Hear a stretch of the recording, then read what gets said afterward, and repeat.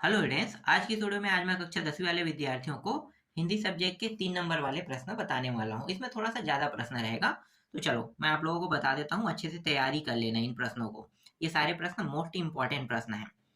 तो सबसे पहले मैं अध्याय बताऊंगा आपको, माटी वाली अध्याय बताऊंगा। तो माटी वाली अध्याय पे आना है आपको, और इस अध्याय से 3 नंबर के कौन कौन से प्रश्न है उसको देख लो। एक तो प्रश्न ये है, माटी वाली के बिना टिहरी शहर के कई घरों में चूल्हा तक का जलना क्यों मुश्किल हो जाता था। अगला है, माटी वाली का कंटर किस प्रकार का था। सरल, बहुत सरल प्रश्न है ना। माटी वाली का एक रोटी छिपा देना उसकी किस मना स्थिति की ओर संकेत करता है। घर की मालकिन ने पीतल के गिलासों को अभी तक संभाल कर क्यों रखा था। माटी वाली और मालकिन के संवाद में व्यापारियों की कौन सी प्रवृत्ति का उल्लेख किया गया था। ये प्रश्न इतना इंपॉर्टेंट नहीं, इसको चाहो तो तुम छोड़ सकते हो, इसके चांसेस 0 है आने के। अगला है, कहानी के अंत में लोग अपने घरों को छोड़कर क्यों जाने लगे। एक प्रश्न ये है, बांध कार्य अन्य सरकारी निर्माण कार्य होने पर स्थानीय लोगों को किस किस तरह की समस्याओं का सामना करना पड़ता है, चर्चा लिखिए कह रहे हैं ना। इसके बाद है, इस प्रकार के कार्य से लोगों को क्या फायदा होते हैं, अपने विचार लिखिए। देखो ये जो प्रश्न है ये नहीं आएगा, इसको हटा दो, सीधा हटाओ, ऐसे प्रश्न एग्जाम में नहीं आते हैं। पहले के जमाने में मिट्टी का उपयोग किन किन कामों में होता था तथा वर्तमान समय में इसका उपयोग आप कहाँ कहाँ देखते हैं, अंतर बताते हुए लिखिए। ठीक है, ये प्रश्न हो गया। और एक प्रश्न और है, बांध बन जाने के बाद माटी वाली का शेष जीवन कैसे बीता होगा, कल्पना करके लिखिए। ऐसे प्रश्न भी एग्जाम में नहीं आते हैं, लेकिन यहाँ पे क्या है कि ये कल्पना शब्द लग गया ना, इसीलिए ये एग्जाम में नहीं आएगा। लेकिन शेष जीवन कैसे बीता ये पूछ सकता है। ठीक है, तो ये हो गया। ये अध्याय से बस इतना ही प्रश्न बनता है। फिर अगला अध्याय पे आते हैं, घीसा। इस अध्याय से 3 नंबर वाले प्रश्न में ये पहला है, पहली बार जब घीसा कक्षा में आया तब वह कैसा दिखाई पड़ता था, अपने शब्दों में वर्णन कीजिए। घीसा का नाम घीसा कैसे पड़ा। बच्चे साफ सफाई का पाठ पढ़ने के बाद अगली कक्षा में किस प्रकार तैयार होकर आए थे। लेखिका ने ईश्वर की तुलना बूढ़े आदमी से क्यों की। महादेवी वर्मा अक्सर अपनी छुट्टियां कैसे बिताया करती थी। इसके बाद ये वाले में आ जाओ सीधा, घीसा ने अंत में गुरु साहिबा को क्या भेंट दी, यह भेंट सामग्री उसने कैसे जुटाई। महादेवी वर्मा को अन्य विद्यार्थियों की अपेक्षा घीसा ही क्यों याद रहा था, है ना, यो याद रहा। बस इतना ही प्रश्न देखना इसमें, और प्रश्न नहीं है। हाँ, एक दो प्रश्न और है, सॉरी मैं भूल गया था, अगले पेज में है। देखो, घीसा कक्षा लगने की पूर्व क्या तैयारी करता था, और घीसा को देखकर आंखें ही नहीं मेरा रोम रोम गीला हो गया, लेखिका ने ऐसा क्यों कहा। और एक प्रश्न और है, गर्मी की छुट्टियां लगने पर प्रायः सबके मन में खुशी और दुख के मिले जुले भाव होते हैं। छुट्टियां होने पर आप एवं आपके साथी कैसा महसूस करते हैं तथा क्या करते हैं, लिखिए। इसके बाद अगला जो अध्याय है वो है पुरस्कार। ठीक है, इस अध्याय से भी 3 नंबर के प्रश्न आने वाले हैं। देखो अभी जो बता रहा हूं ना, इन अध्यायों से 3 नंबर के भी प्रश्न आ रहे हैं, 2 नंबर का। मतलब मैं आपको 3 नंबर और 2 नंबर दोनों के प्रश्न इस अध्याय से बताते जा रहा हूं। तो 3 नंबर वाला और 2 नंबर दोनों एक ही में है, ऐड है, समझो। देखो ये है, कौशल में आयोजित होने वाले उत्सव के परंपरागत नियम क्या थे।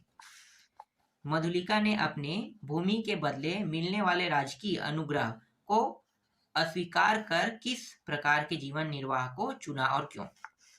इसके बाद डायरेक्ट इसमें आ जाओ, चौथा में, मल्लिका ने पुरस्कार के रूप में राजा से प्राणदंड क्यों मांगा एवं स्वयं बंदी अरुण के पास क्यों जा खड़ी हुई। पुरस्कार कहानी प्रेम और संघर्ष का अनूठा उदाहरण, इस कथन के पक्ष में अपने विचार दीजिए। एक है ये, भाव स्पष्ट कीजिए, कह रहे तो मल्लिका की आंखों के आगे बिजलियां हंसने लगी, दारुण भावना से उसका मस्तिष्क झंकृत हो उठा। फिर ये अगला है कौशल की कृषि। ठीक है, यहाँ पे मैं बताते चलूंगा प्रश्नों को, आपको टिक करते जाना है और पढ़ते जाना है। ठीक है, ये 3 मानवीय दुर्बलता को बताना है घिसा के बारे में। और कौन सा एक प्रश्न ये है, जीवन में सामंजस्य बनाए रखने वाले उपकरण तो अपनी सीमा निर्धारण रखते हैं, परंतु उसकी आवश्यकता और कल्पना भावना के साथ बढ़ती घटती रहती है। ये 3 नंबर वाले इसलिए थोड़ा सा ज्यादा बताना पड़ रहा है ना, क्योंकि इसमें 2 नंबर वाले भी प्रश्न ऐड हैं। देखो, ये पुरस्कार कहानी के आधार पर मल्लिका के 3 चरित्र गुण लिखे, तो ये आ चुका है, लेकिन इसमें पूछ भी सकता है कि देशभक्ति और ये, तो ये टॉपिक एक बार देख लेना। ठीक है, ये हो गया। इसके बाद अमर शहीद वीर नारायण को देखते हैं। यहाँ से भी 2 नंबर के प्रश्न आएंगे, है ना, 2 और 3 दोनों के हैं, लेकिन मैं मुख्य टॉपिक फोकस कर रहा हूँ 3 नंबर पे। तो 3 और 2 नंबर आपका बेनिफिट है, समझो, इसके साथ 2 नंबर वाला ऐड है। वीर नारायण सिंह को अपने पूर्वजों से कौन कौन से गुण प्राप्त थे, दूसरा भी आपको देखना है। ठीक है, ये भी हो गया। तीसरा ये भी है, 3 नंबर 2 नंबर दोनों के लिए। इसके बाद ये वाला चौथा भी, पांचवा भी, छठवा मतलब दीर्घोत्तरी प्रश्न क्रमांक 1, ये 2, ये बहुत इंपॉर्टेंट अध्याय है, इसलिए मुझे इसमें से प्रश्न काटते बन ही नहीं रहा था। ठीक है, ये हो गया, ये हो गया और ये हो गया। ठीक है, छत्तीसगढ़ की लोक कलाएं, यहाँ से 3 नंबर में ये प्रश्न है, तुरतुरिया नामक स्थान क्यों प्रसिद्ध है ना, छत्तीसगढ़ लोकगीत को अन्य भारतीय लोकगीतों से अधिक विशिष्ट क्यों माना जाता है। ठीक है, ये हो गया, ये मोस्ट इंपॉर्टेंट प्रश्न है। ठीक है, और छत्तीसगढ़ के प्रमुख लोक गीत गायकों के नाम लिखिए। ठीक है, ये इंपॉर्टेंट है।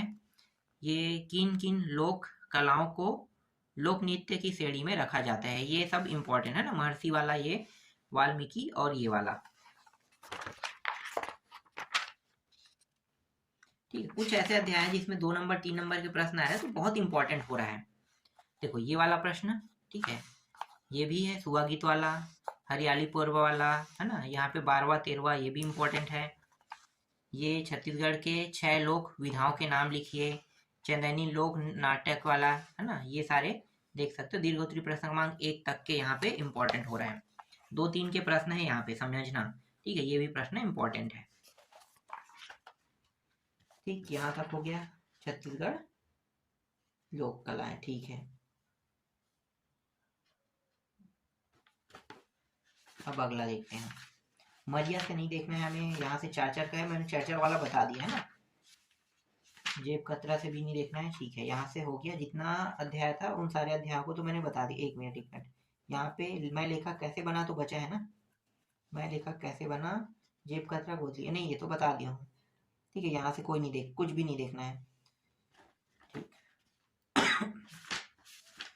अब कन्यादान और ये बचा है।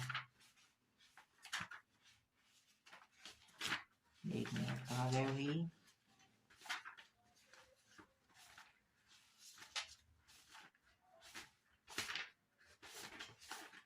हाँ ठीक है, मिल गया, कन्यादान, है ना।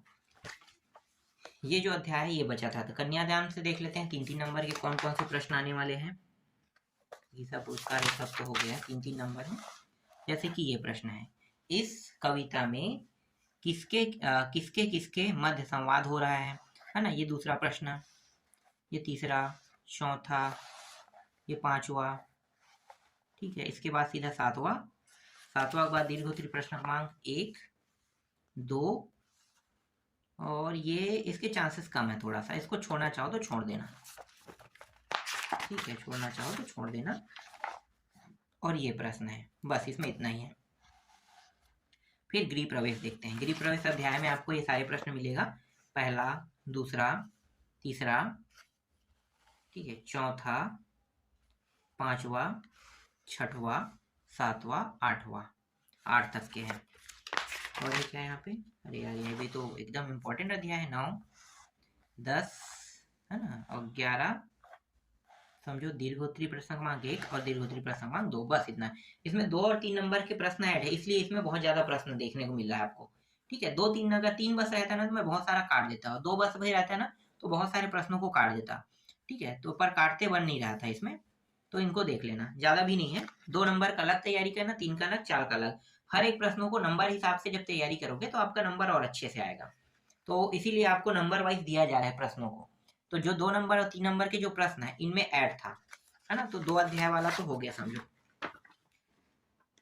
तो ये खंड और ये खंड कंप्लीट हो गया, इसके साथ तो ये खंड पहले ही कंप्लीट हो गया, 4 नंबर वाला मैंने पहले ही कंप्लीट कर दिया था। हाँ, एक बचा हिंदी साहित्य वाला, इसमें भी 2 और 3 नंबर के प्रश्न हैं।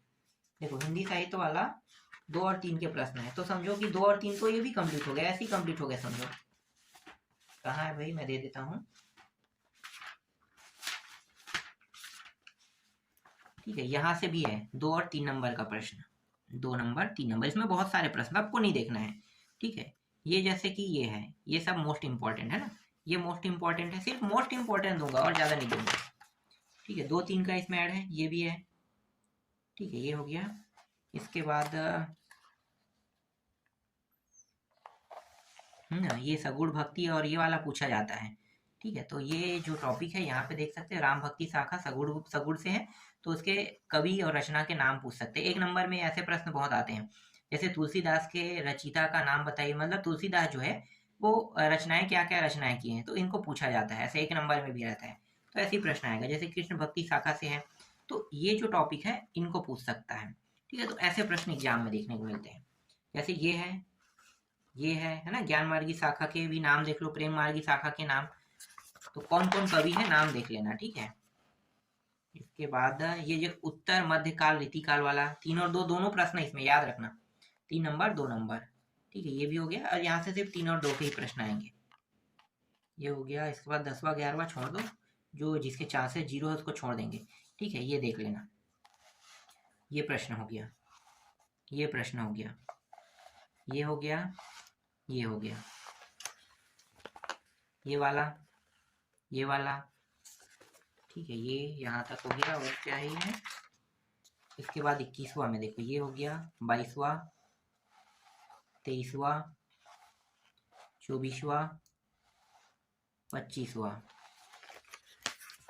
26वां, ठीक है। ये अध्याय तो मैं बता ही नहीं रहा था, अपने हिसाब से ना तुम लोगों को पढ़ने के लिए दे रहा था भाई, इसमें सब इम्पोर्टेंट है यार, कोई छोड़ने वाला नहीं है। तो क्या करता है, चलो छोड़ो, जितना मिल रहा है उतना दे रहे हैं ना, तो ऐसी है बात है। और हो गया, बस इतना ही प्रश्न देखना है। तो इसमें ना 2 और 3 का दोनों का था, तो समझो कि 10-10 मिला के 20-22 प्रश्न इसमें तुम्हें देखने पढ़ने को मिलेगा। जिसमें 2 नंबर और 3 नंबर दोनों ऐड रहता है ना, उसमें ज्यादा प्रश्न पढ़ना पड़ता है। अगर मैं सिर्फ 2 नंबर का दूंगा तो देखना 2 नंबर वाला जो बचा अध्याय है, अब उसमें अब बहुत कम प्रश्न हो गया है, तो ऐसे तुम्हें कम पढ़ने को मिलेगा। तो अभी जो है 3 नंबर 4 नंबर है ना, 3 नंबर 4 नंबर हो गया। पहले ही मैंने लेटर और निबंधों के बारे में बता दिया है, तो उसको तुम्हें देखने की जरूरत नहीं है। तो लेटर और निबंध तो कंप्लीट हो चुका है, और क्या कंप्लीट हो गया है, अपठित गद्यांश भी बता दिया है ना। अपठित गद्यांश में जो इम्पोर्टेंट है उसे मैंने बता दिया। अपठित गद्यांश हमेशा बाहर से आता है, लेकिन मैंने आप लोगों को जो एग्जाम में आया उसी को दिया हूँ, जानबूझ के मैं दे रहा हूँ। हालांकि वो नहीं आएगा, लेकिन इससे आइडिया मिल जाता है कि कैसे प्रश्न आते हैं, और कई बार रिपीट भी हो जाते हैं, इसलिए मैं अभी तक की जो रिकॉर्ड में आया उन्हीं में से दे रहा हूँ आप लोगों को। और बाकी ये जो बता रहा हूँ ये तो इम्पोर्टेंट, इससे तो अच्छा नंबर पाओगे तुम लोग, बहुत अच्छे तरीके से अच्छा नंबर भी निकालोगे। देखो ये चीज मैंने जानबूझ के हटा दी है, ये फालतू है।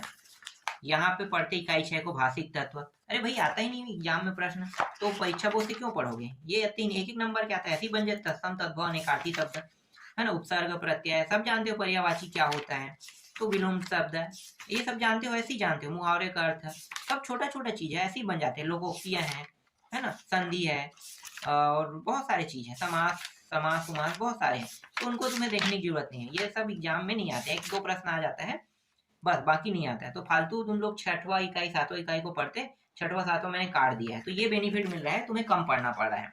जब आता ही नहीं, एक आध प्रश्न आएगा तो भाई वो वस्तुनिष्ठ में आएगा, और वस्तुनिष्ठ में आएगा तो ऐसे ही बन जाएगा, है ना। अपने अगल बगल से पूछ लेना एक प्रश्न के लिए, ज्यादा टेंशन और टाइम वेस्ट मत करना, और टेंशन लेना भी नहीं है, एकदम बेझिझक पढ़ना जो बताया जा रहा है उसको, और इसी को पढ़ के जाना, अच्छा नंबर आएगा आप लोगों का, ठीक है। और कुछ थोड़ी बचा है, नहीं है, सब तो हो गया, लेटर वेटर सब चीज मैंने बता दी, निबंध तो नहीं बचा है, बस 2 नंबर और 1 नंबर का प्रश्न बच रहा है। तो देखेंगे 2 नंबर का कौन कौन सा प्रश्न है, उसको भी मैं ढूंढ के तुम लोगों को जल्दी बता दूंगा। तो आज की वीडियो में बस इतना ही।